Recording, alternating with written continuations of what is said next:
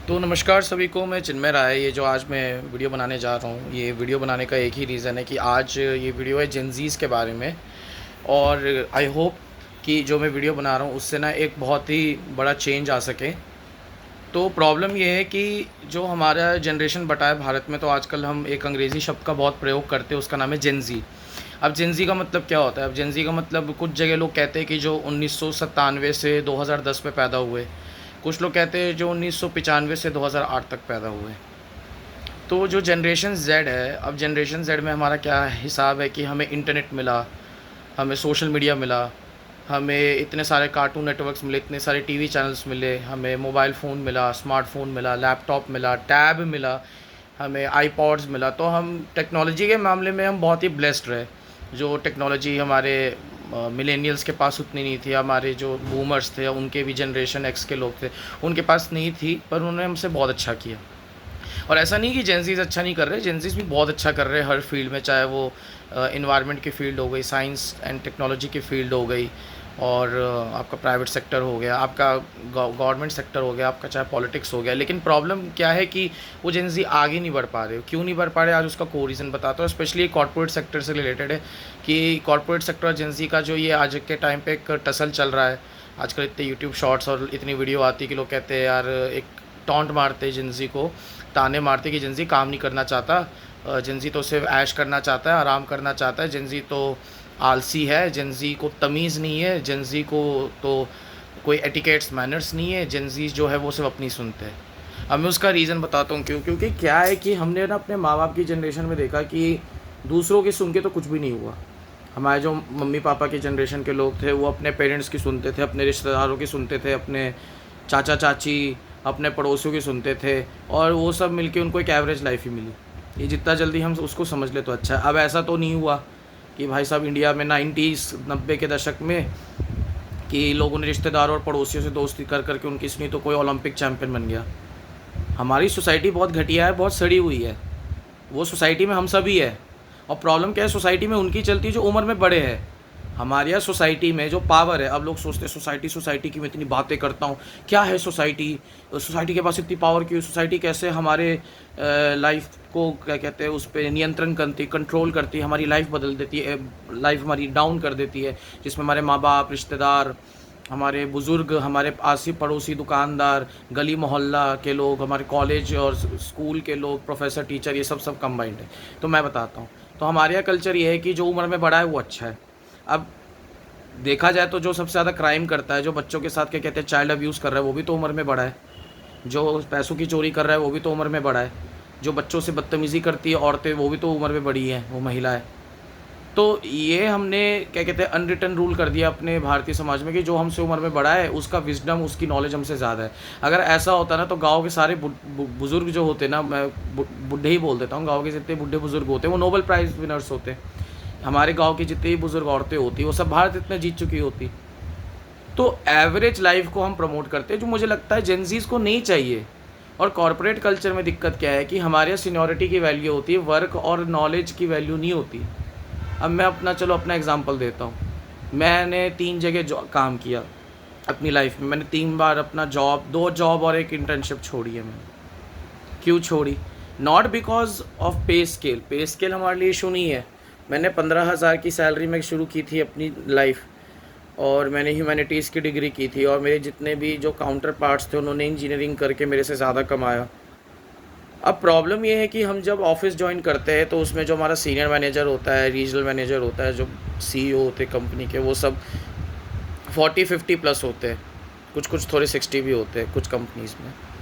तो उनका ना बड़ा पुरानी सोच होती है कि देखो हमारे साथ तो गलत हुआ, जब हम नए नए आए तो हमें बुली किया उनके सीनियर्स ने, अब हम इनको बुली करेंगे, और वो बुली करके ही उसको नीचा दिखा के अच्छा काम निकाल सकते हैं अपने जेनजीज से। अब जेनजीज को बुली पसंद नहीं है, क्योंकि जेनजीज हम ऑलरेडी बहुत बुली हो चुके हैं। हमारे माँ बाप ने हमको बुली किया, हमारे रिश्तेदारों ने हमको बुली किया, हमारे स्कूल कॉलेजों ने हमको बुली किया। तो जब 17-18 साल से एक जेनजी बुली हो रहा है मैक्सिमम, वो भी मिडिल क्लास परिवार और गरीब परिवार का, तो अब उससे बर्दाश्त नहीं हो रहा।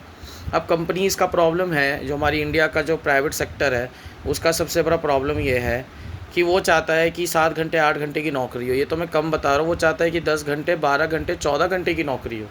अब ये बात मुझे समझ नहीं आती कि ऐसा कौन सा काम करती है एक प्राइवेट कंपनी, कॉरपोरेट कंपनी, कि उसको 14 घंटे के काम चाहिए। अगर आईटी का काम है तो आईटी का तो जहाँ तक जो मामला है, अगर आईटी कोई कंपनी के आईटी सॉल्यूशंस प्रोवाइड कर रही है तो 24 घंटा तो कोई एक्टिव नहीं रहता मोबाइल पे, सोशल मीडिया पे। इसका जो सोशल मीडिया पे या इंटरनेट पे 24 घंटा एक्टिव, इट मीन्स कि वो मेंटली अनस्टेबल है, वो मेंटल पेशेंट है। तो जो आईटी सेक्टर हो गया आपका, फाइनेंस सेक्टर हो गया, मार्केटिंग सेल्स हो गया, इसमें इतना ज़्यादा टॉक्सिसिटी है, इतना प्रेशर है एम्प्लॉयज़ पे आज के टाइम पे कि बहुत से लोग, इनको इंसोम्निया हो गया, वो नींद की गोलियां खा रहे, वो मेंटल पेशेंट्स हो रहे, वो थेरेपिस्ट के पास जाते, साइकेट्रिस्ट के पास जाते, वो साइकेट्रिस्ट भी उनको बस गोलियां लिख के दे देता है। वो कोर प्रॉब्लम पे कोई डिस्कस नहीं करता कि वो कल्चर की वजह से आज के टाइम पे जेंजीज रिज़ाइन कर रहे हैं, बहुत जेंजीज रिज़ाइन कर रहे हैं, जिसमें मैं भी एक जेंजी हूँ, मैं भी रिज़ाइन कर रहा हूँ। अब प्रॉब्लम ये है कि हमारे माँ बाप को लगता है कि हम काम चोर हैं। हमारे जो बड़े बुजुर्ग सोचते कि जेंजीज काम चोर है, वो भगौड़े हैं, वो जिम्मेदारी नहीं उठाना चाहते। हम जिम्मेदारी उठाना चाहते लेकिन ज़बरदस्ती की जिम्मेदारी नहीं उठाना चाहते। अब सब माँ बाप चाहते जल्दी शादी कर लो, तो ये लॉजिक समझ नहीं आता यार कि वो लड़की, चलो मैं एक लड़का हूँ, अगर मैं स्ट्रेट हूँ, तो अगर मुझे कोई, मेरे घर वाले कहते तो शादी कर ले, तो वो लड़की जिसको मैं ना जानता हूँ ना पहचानता हूँ, और सबको पता है भाई शादी क्यों होता है, मोस्टली फ़िज़िकल रिलेशन के लिए, फ़िज़िकल नीड्स के लिए, और एक कंपेनियन के लिए, कि एक फैमिली को सेटअप करने के लिए। तो जब मैं उस लड़की को ना जानता हूँ ना पहचानता हूँ, ना मुझे उसके इंटरनल साइड पता है, ना मुझे उसकी बाहरी साइड पता है, तो मैं उससे क्यों शादी करूँ? मैं 25 पे क्यों करूँ? मैं 28 में क्यों नहीं कर सकता? मैं 30, 32, 33 में क्यों नहीं कर सकता? मैं ये नहीं कह रहा कि सभी को 32, 33 में करनी चाहिए। अगर आपको राइट लाइफ पार्टनर मिल गया तो कर लीजिए। अगर आपको एक अरेंज मैरिज में भी अगर आपको सही लड़की मिली, अगर वो लड़की का बोलचाल बातचीत अच्छा है, तो यू शुड डू। तो ज़बरदस्ती शादी करो, ज़बरदस्ती सेटल हो जाओ। अब कोई इंसान 25 साल का है, उसको कुछ और करना था लाइफ में, वो अपने माँ बाप के प्रेशर में उसने इंजीनियरिंग करके एक प्राइवेट सेक्टर की नौकरी ले ली अच्छे पे स्केल पे। वो 10-15 साल 20 साल वही काम कर रहा है, उसको सेटिस्फैक्शन ही नहीं मिलेगा, वो नशे कर रहा है। अब जेंजी क्या देखता है कि जो सीनियर्स है वो छोटी सोच वाले, जो उनके कलीग्स है, और जेंजीज़ में भी बहुत ज़्यादा कंपटीशन है, बहुत ज़्यादा राइवलरी। मैं अब नोटिस करो जेंजीज़ में ज़्यादा फ्रेंडशिप नहीं हो रही आज के टाइम पे जो नौकरी कर रहे हैं। मैं अपना एग्जांपल देता हूँ कि जो मेरा एक टाइम पे फ्रेंड ग्रुप था ठीक ठाक, अब वो फ्रेंड ग्रुप नहीं रहा। वो इसलिए नहीं रहा कि वो मेरे से बात नहीं करते, वो इसलिए क्योंकि अब उनके पास खुद के लिए टाइम नहीं है। वो दिन भर उनसे गधा मजदूरी करवाते हैं, वो जब घर आते तो सो जाते हैं। तो जेंजीज़ को ना परेशान किया जा रहा है ये सिस्टम के द्वारा जानबूझ के, और दो सिस्टम हमें बर्बाद कर रहे हैं, एक है ब्यूरोक्रेसी और एक है प्राइवेट सेक्टर, जिसको प्राइवेट सेक्टर भी नहीं है, बेसिकली ये ब्रोकर सिस्टम है, दलाली का सिस्टम है। बताता हूँ कैसे। अब सरकार में आए, हम ब्यूरोक्रेसी में आए, तो ऐसा तो है नहीं कि सरकारी अफसर रिटायर तो नहीं होते, वैकेंसीज़ तो हर साल जनरेट होती है, लेकिन ना टाइम पे एग्ज़ाम होता है, ना टाइम पे सिलेक्शन होता है, ना टाइम पे अपॉइंटमेंट होती है। उस चक्कर में उस यूथ के जो पीक ईयर्स होते हैं, हमारा पीक ईयर होता है 21 से 30, वो बर्बाद हो जाता है। तो सरकार जो है वो एम्प्लॉयमेंट जनरेट नहीं कर रही है, और जबकि एम्प्लॉयमेंट बहुत है, और लायक एम्प्लॉयमेंट जनरेट नहीं कर रही है। मतलब मान लो कि एप्टीट्यूड टेस्ट होना चाहिए, कि सपोज़ अगर कोई लड़का है वो एसएससी सीजीएल कोई पेपर दे रहा है, अगर उसका स्पोर्ट्स में इंटरेस्ट है तो उसको स्पोर्ट्स मिनिस्ट्री में डालो। पूछो उससे ना उस इंटरव्यू में जाके कि तुम्हें कौन सी मिनिस्ट्री ज्वाइन करनी है, वो अपनी सारी ज़िंदगी उसी में काम करेगा, वो मिनिस्ट्री भी आगे बढ़ेगी, देश भी आगे बढ़ेगा। अब सरकार में क्या प्रॉब्लम है भाई, यूपीएससी को सबसे ऊपर कर दिया, तो सारी यूथ पागल है यूपीएससी देने के लिए। आचार्य प्रशांत या जितने लोग बोलते हैं कि यूपीएससी मत दो, वो बोलना तो बड़ा आसान है, बट यूपीएससी देना मजबूरी है। क्योंकि हमारे देश में क्या है कि हम पैदा होते ही हमारे साथ शोषण होता है, वो शोषण से बचने के लिए हम यूपीएससी देते हैं। क्योंकि हम चाहे कितना भी वॉइस रेस कर ले, केस कर ले, कुछ भी कर ले, ये एक चक्र है, खेल है, सिस्टम, वो घुमाएगा बस आपको, आपकी ज़िंदगी तबाह कर देगा, आपके पैसे खा जाएगा, लेकिन आपको इंसाफ नहीं मिलेगा इस देश में।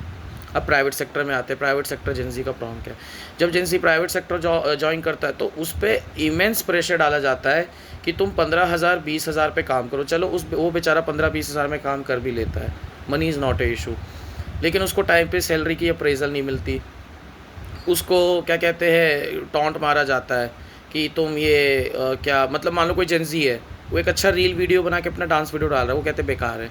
कोई जेंजी स्पोर्ट्स खेलना चाहता है, ऑफिस टाइम के बाद नहीं खेल पाता, जिम नहीं जा पाते, स्विमिंग नहीं कर पाते, क्योंकि उसको काम नहीं करना है, फिर भी ऑफिस में बैठना पड़ता है ज़बरदस्ती।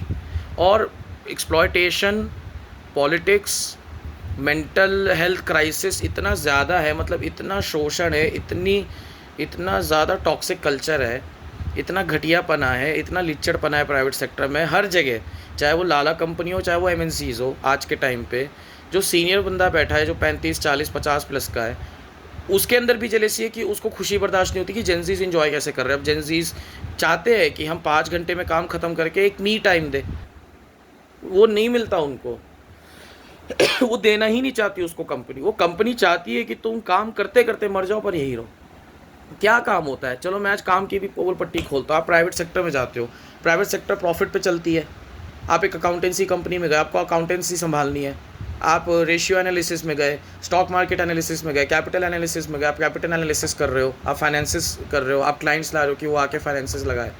यही काम है। लेकिन उस काम का कोर बेनिफिट क्या हो रहा है उस एम्प्लॉय को? उसको पैसे मिल रहे हैं, लेकिन वो पैसा खर्च भी नहीं कर पा रहा अपने पे।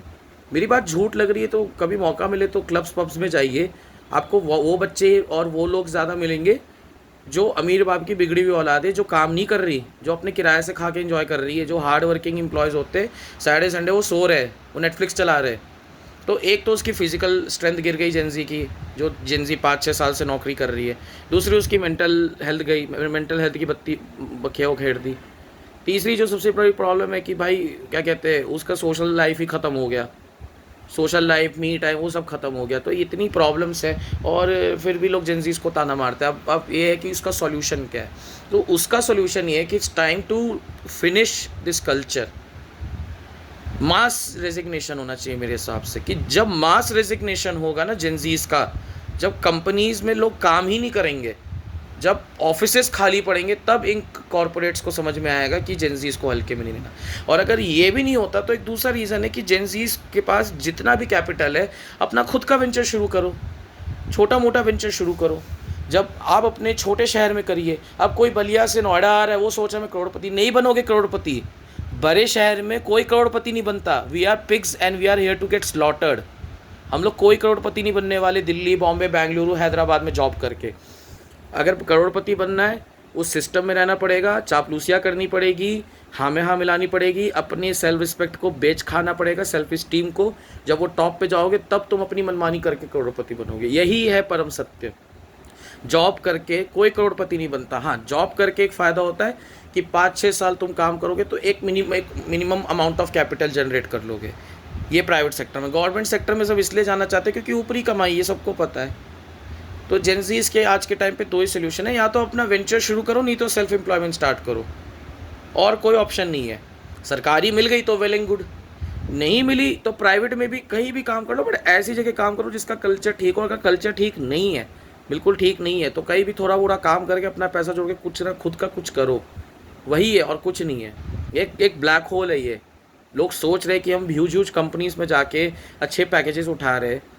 भाई ठीक है, वो अच्छी चीज़ है, मैं ये नहीं कह रहा सारी कंपनीज़ का कल्चर बेकार है, पर उनका कोर वही है। They don't care about employees, they only care about profit. मेरी बात झूठ लग रही है, जाके मिलो उन लोगों से जो 4 लाख 5 लाख प्रति महीना कमा रहे, जाके पूछो उनसे उनकी लाइफ कैसी है।